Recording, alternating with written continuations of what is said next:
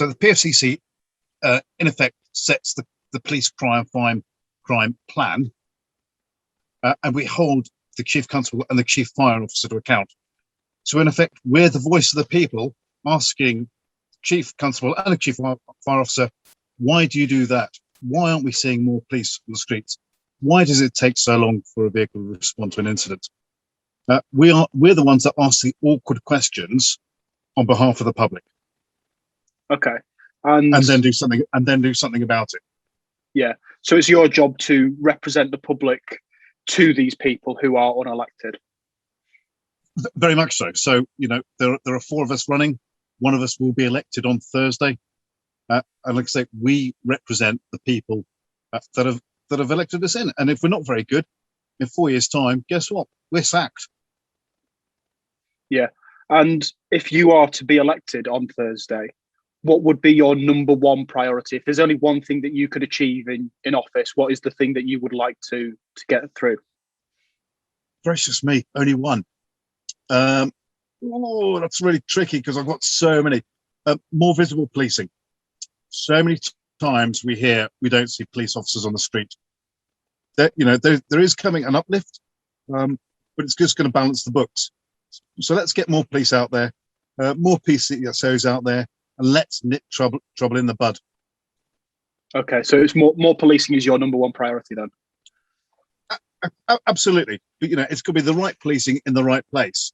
It's lovely having a load of police officers in York if the trouble's in Scarborough.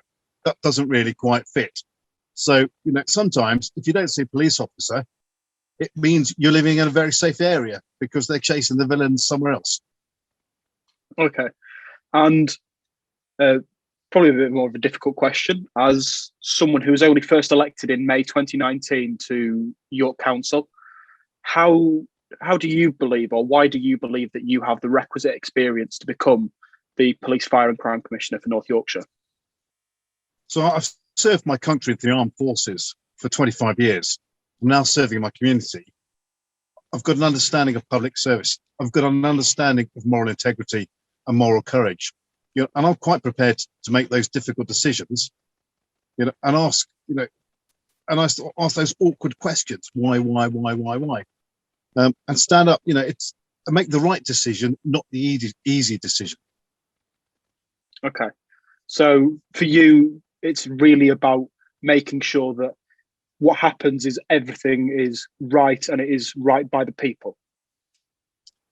Very, very much so. Like I said, I think it's mentioned a little while ago, we're elected by the people to represent the people. Okay. And sort of just to sort of finish off, what is the naughtiest thing you've ever done? Gracious me. You haven't got that long. But